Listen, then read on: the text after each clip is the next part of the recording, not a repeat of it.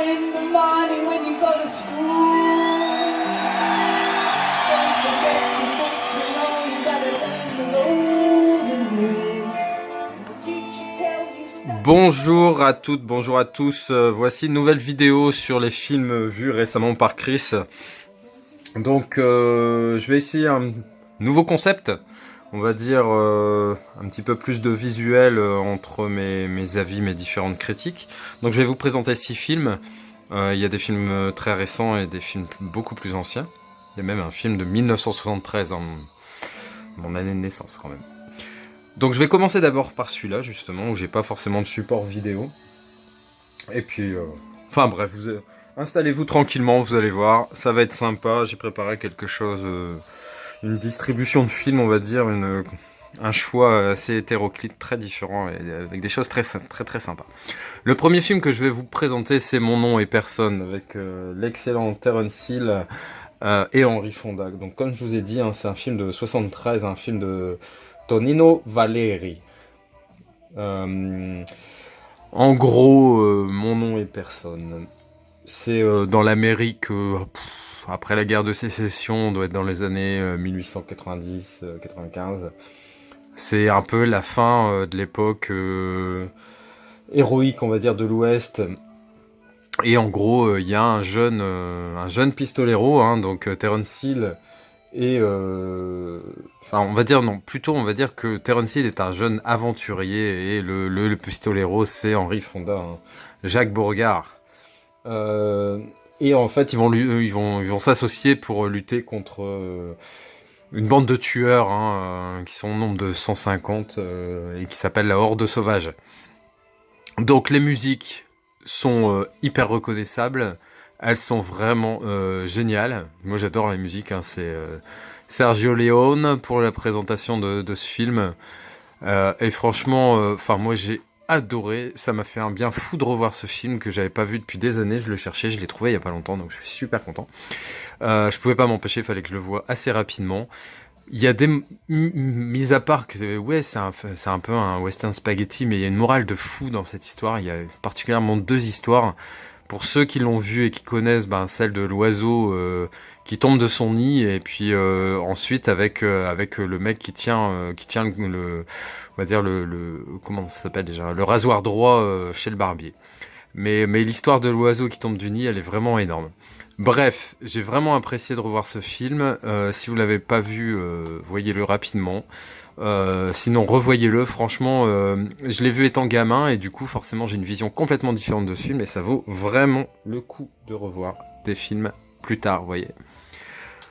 Voilà, donc c'était le premier film. Le second, je vais vous mettre la bande-annonce qui est franchement énormissime. Donc on se retrouve tout de suite après la bande-annonce.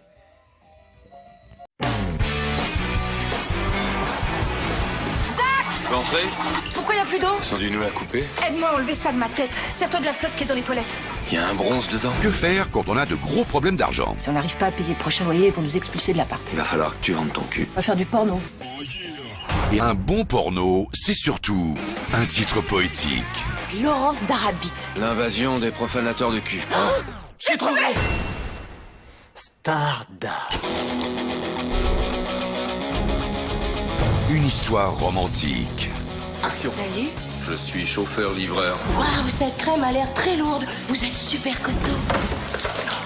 Allez, on baise. Des acteurs expérimentés. Suivant! Je veux de la queue et je la veux tout de suite.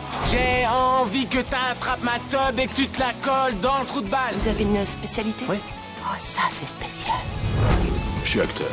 Ça te fait bouffer? Ça fait que j'en bouffe, oui. Des scènes d'action à couper le souffle. Tu peux lui taper un peu sur le Eh cul. oh, c'est pas un film de pervers. Plus de langue.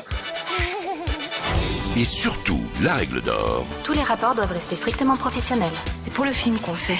On est copains, tu vois, on est que copains et on veut le rester. Zach et Miri font un porno. Et un petit porno, Ok les enfants, n'oubliez pas, je suis juste en dessous, gaffe au débourrage. ça peut rapporter gros. T'as fait quoi comme film? Glenn et Gary sucent la grosse bite de Ross et lui mettent leurs grosses couilles dans la bouche.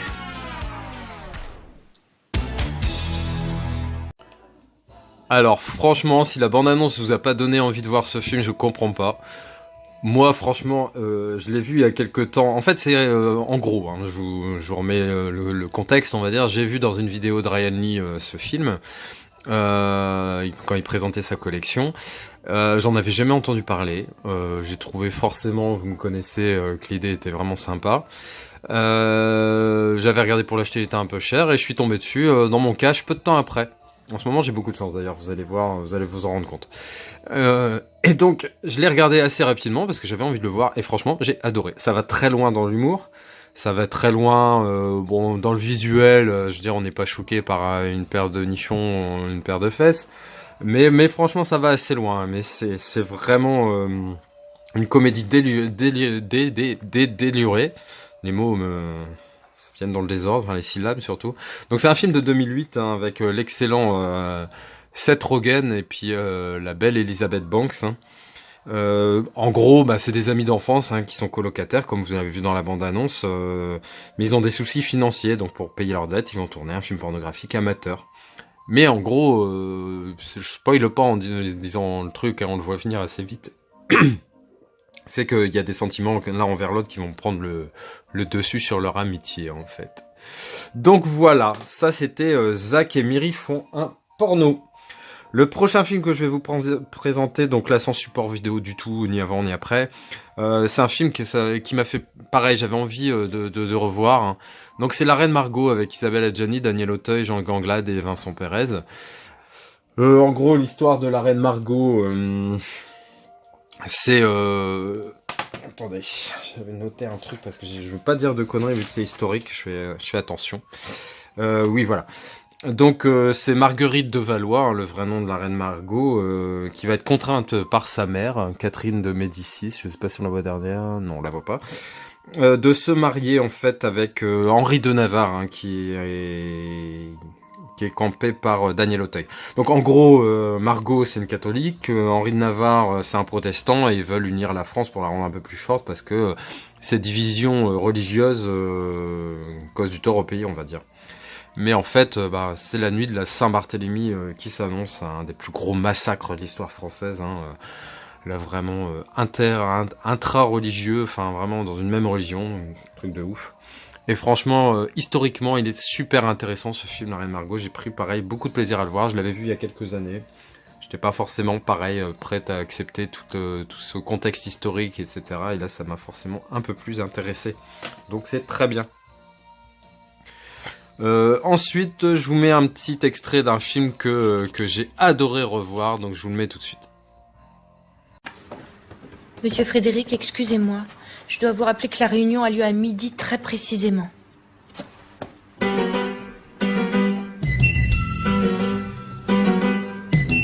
La pendule de l'entrée s'est arrêtée sur midi. Et à ce moment très précis où tu m'as dit je vais partir, et puis tu es parti, j'ai cherché le repos, j'ai vécu comme un robot, mais aucune autre n'est venue remonter ma vie. Là où tu vas, tu entendras, j'en suis sûr, dans d'autres voix qui rassurent, mes mots d'amour, tu te prendras au jeu des passions qu'on jure, mais tu verras d'aventure le grand amour. Ça s'en va et ça revient, ça se danse et ça revient, ça se retient comme une chanson populaire. Vous ne venez pas? Alors pareil, Podium. Podium, je l'avais vu il y a quelques années, j'avais trouvé ça sympa, hein. Je veux pas dire le contraire, j'avais trouvé ça bien. Et puis il y a quelques jours, là, quand j'avais préparé un début de vidéo, enfin une espèce de réplique culte du cinéma, j'avais mis un extrait là quand Benoît Poelvoorde est justement dans le van avec une de ses Bernadette en train de lui faire, enfin vous voyez le genre. Et du coup ça m'a super donné envie de revoir le film. Et je l'ai revu, mais j'ai pris un pied pas possible. Je trouve vraiment ce film excellent. Donc c'est un film de Yann Moix, hein. Avec donc Benoît Poelvoorde, Jean-Paul Rouve et Julie Depardieu. En gros, bah, c'est Bernard Frédéric, vous voyez, sa profession c'est d'être Claude François, d'être un sosie de Claude François. Son ambition, bah, ça va être de gagner le concours de la nuit des sosies. Et en gros, ben, il va être partagé entre son désir de gloire ou l'amour pour sa femme. Voilà. Son chanteur idole, hein, Claude François, ou bien Savero, il va falloir qu'il choisisse. Et franchement, tout est génial, millimétré, c'est un film parfait, je trouve. Vraiment une satire de ce monde-là, non mais franchement, il est énorme ce film. Donc j'ai pris beaucoup de plaisir à revoir Podium. Tout de suite, un petit extrait du prochain film, quelque chose de beaucoup plus récent. Ces créatures ont décimé Mars il y a des millions d'années. Si nous la laissons arriver sur Terre, Nous mettons en danger toute l'humanité. Tuons cette chose. Bonne nuit, la lune. Bonne nuit, mon amour. Bonne nuit, mon doudou. Et la lune. Donc voilà ce petit film franchement de 2017, un film de Daniel Espinosa avec l'excellent Jake Gyllenhaal qui décidément est capable de faire vraiment des rôles très très différents, Rebecca Ferguson et Ryan Reynolds. Donc l'histoire, c'est 6 membres d'un équipage de station spatiale qui en fait réceptionne une sonde qui vient de Mars. Et en fait ils vont découvrir un organisme vivant microscopique au départ. Qu'ils vont nommer Calvin. Mais Calvin, il est pas super gentil, quoi. Donc en gros, vous l'avez vu, il y a de gros clins d'œil à Alien, le 8e passager. Le film, les effets visuels sont impressionnants. Il y a vraiment de l'angoisse, du stress. On est un peu avec eux sur cette station spatiale avec cet alien, on va dire. Et franchement, le film est une pure réussite également. Franchement, dans tous les films que j'ai vus récemment, j'ai été déçu par rien. C'est de registres tout à fait différents. Mais j'ai beaucoup aimé. Donc Life, pareil, n'hésitez pas, regardez-le. C'est un très très bon film. Et puis, ouais, franchement, il y a des trucs très très originaux dedans. Mais je vais pas les dire pour pas vous gâcher le plaisir. Donc je vous présente un dernier film que j'ai regardé récemment. Tout de suite, Quoi? Putain, t'es dans la merde.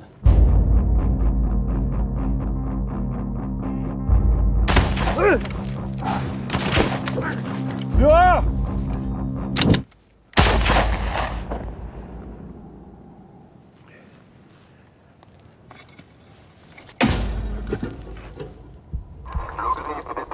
Impossible de vous localiser, répondez.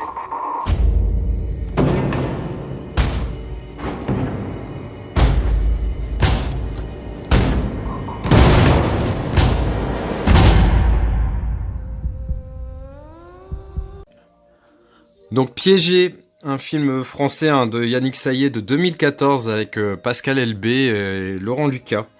Donc en gros, vous l'avez compris, pendant un trajet, quoi, enfin, il y a la patrouille de Denis, il s'appelle dedans, qui est victime d'une embuscade. Il pense être le seul à en être sorti, en gros. Mais il y a un de ses copains qui est pas mort. Bon bref, c'est le début, mais ça se voit dans la bande-annonce, donc je vous gâche pas le plaisir non plus. Mais soudain, qu'est-ce qui se passe? Vous le voyez au tout début de l'extrait que j'ai mis, il pose son pied sur une mine, en fait à double détente, et puis il se rend compte que il a vite compris que s'il enlevait son pied, il était mort. Donc il est bloqué dans ce désert, mais il doit résister, quoi. Il doit pas bouger, sinon il perd la vie. Donc il va essayer de plein de façons de se sortir de là. Mais il pourra pas le faire seul, donc il attend en gros qu'on vienne l'aider, il faut qu'il tienne. Et franchement, il dure, je crois, il est pas très très long comme film, de toute façon il valait mieux pas, mais 70 minutes je crois, ou 72, enfin 1h10, 1h15, un truc comme ça. Mais franchement, il est très bon. Il a eu des critiques bof, et moi j'ai bien aimé. Ça m'a fait penser un peu à Buried quand le mec est dans son cercueil. On pourrait s'attendre à un film pas terrible, et franchement j'ai trouvé bien. Et Piégé, il me semble qu'il y a eu le même type de film, mais version américaine, un peu plus récemment. Mais ce film français est très très correct, très acceptable. Voilà, donc c'était le dernier film que je vous présentais dans les films vus récemment. Donc j'espère que vous avez aimé la façon dont a été faite cette vidéo. Si c'est le cas, n'hésitez pas à commenter et à valider par un pouce bleu. Et surtout, n'hésitez pas à vous abonner si ce n'est déjà fait. Voilà, je vous laisse à très bientôt. J'ai pas mal d'idées et pas mal de vidéos à faire dans les prochains jours. Donc soyez à l'écoute attentifs. N'hésitez pas à activer la petite cloche pour être averti dès qu'une de mes nouvelles vidéos arrive. Allez, ciao, faites attention à vous. Dis-moi pourquoi tu es trop moche. Pourquoi tu fermes pas ta gueule?